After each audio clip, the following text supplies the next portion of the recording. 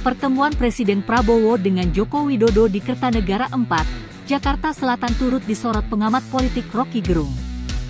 Dalam analisanya, Rocky Gerung membaca adanya kegelisahan yang dirasakan Presiden ke-7 RI tersebut.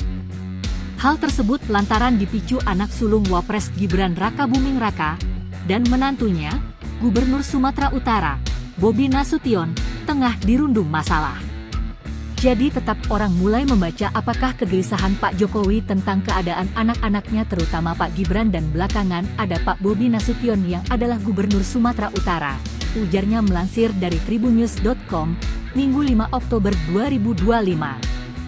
Itukah yang jadi tema utama sehingga ada urgensi Pak Prabowo menerima Pak Jokowi atau ada urgensi Pak Jokowi ingin bertemu dengan Pak Prabowo? Kan semua itu soal yang dengan mudah, hermeneutic of suspicion kita itu, kecurigaan untuk mengetahui itu, datang dari fakta-fakta itu, sambungnya. Seperti diketahui, Jokowi masih berkutat dengan tuduhan atas ijazahnya yang disebut palsu.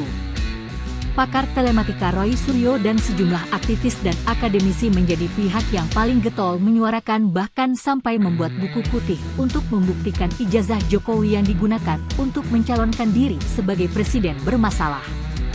Jokowi bersikeras tak mau menunjukkan ijazah miliknya dan memilih melaporkan Roy Suryo CS ke Polda Metro Jaya dengan tuduhan pencemaran nama baik dan berita bohong.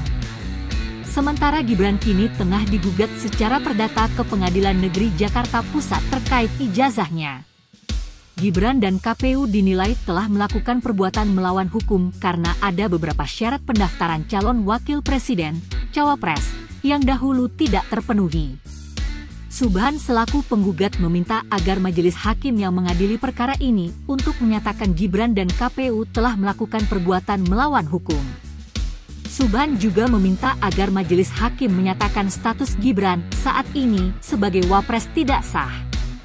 Di sisi lain, Bobi Nasution ikut disebut-sebut dalam kasus korupsi proyek pembangunan jalan di Sumatera Utara.